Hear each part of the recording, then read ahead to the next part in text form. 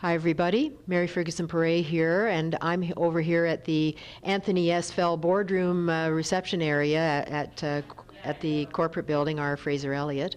And we're on location with Eric Hanmer, who is a very, very inspiring colleague of ours in nursing, who has, for a period of time, worked in Afghanistan. And he's now, Eric, tell us a little bit about how did you come to UHN and the Western, and what have you been doing here up until the time that you went to Afghanistan? Most of my experience has been in critical care. I worked agency for a couple of years, ran into a number of nurses that worked at the Western ICU, and they all liked their job. And I thought, met the manager, and of course I became an employee. I was offered employment.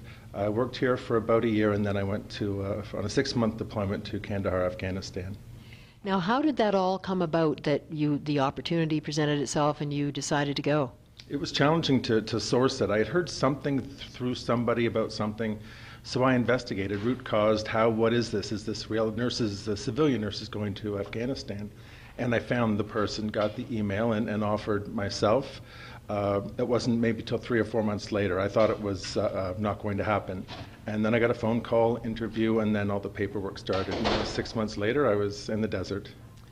Man, I mean, talk about global practice, eh? People like, we've been really trying to open opportunities for global practice for nurses, and here you have sourced this yourself and gone. And can you tell us, just give us a sense, what was it like? What did you do there? How was that for you, and what were you able to contribute? There are a number of different experiences. Clinical, of course. Most of my background is in neurosurgical or trauma nursing, which is somewhat controlled. It was the same type of clinical practice there, but not controlled. The volume was much higher. I had the opportunity to work with nurses from all over the world, and surgeons and physicians from all over the world, so I was blessed for that experience. I think one of the biggest changes or opportunities after I got there was the personal insight, more so to myself, because here in this part of the world we really think of ourselves, the me, the ego. And once you get into an environment like that, it so becomes not about you and about others. And that's when I experienced, for the first time, nursing as a global practice. We were all there together. It was a teamwork like I'd never seen before. So what sorts of things were you doing each day? We worked 8-hour shifts, so we would triage the traumas that came in. There were 9 trauma bays. We would work with anesthesia, neurosurgery, orthopedics. It was very linear, very organized. No complaining, no this isn't my job kind of thing, because it was just get it done. Patients we could follow from triage intraoperatively. I would recover the patient, and then they would be my patient in the OR. So we would see the full cycle of from almost the event right through to discharge home. Well, that's really neat. Yeah, it was very different. So one could ask, could that be done here? Theoretically, it could be done because it's done elsewhere in the world. Granted, we were dealing with high acuity volumes of maybe 30, all kind of moving in blocks, very, very linear in practice. So I don't know if it could be taken on at with this volume, but it's certainly something to look forward to. Yeah. And can you tell some stories of people that you cared for, the sorts of cases you were working with? Sure. There were the biggest, I guess, surprise for me when I was there was the pediatric population. I don't have any pediatric experience. I did some study before I went as per the Department of Defense, and I had some knowledge, contacted colleagues at sick kids, and passed a couple of exams, but actually caring for a child was quite unique. How they respond to pain, how they respond to trauma was something I had never seen before. So I had to regroup. Some areas that I thought I was expertise in, I became novice, and vice versa. There were areas in regards to pediatrics that I thought I would have no proficiency for, and immediately it came, whether it was natural or not. Most of the wounds, generally speaking, were explosive wounds and multiple amputations. So there was a lot of action, but it was teamwork. We had the best nurses and the best surgeons, and everything it was fluid. It was like a machine. Some of us said it was kind of like a dance, because when you got a certain bit of information from the front office, you would all engage, and then it would start to happen. And that's when you realize that this is what nursing and medicine and a team can do.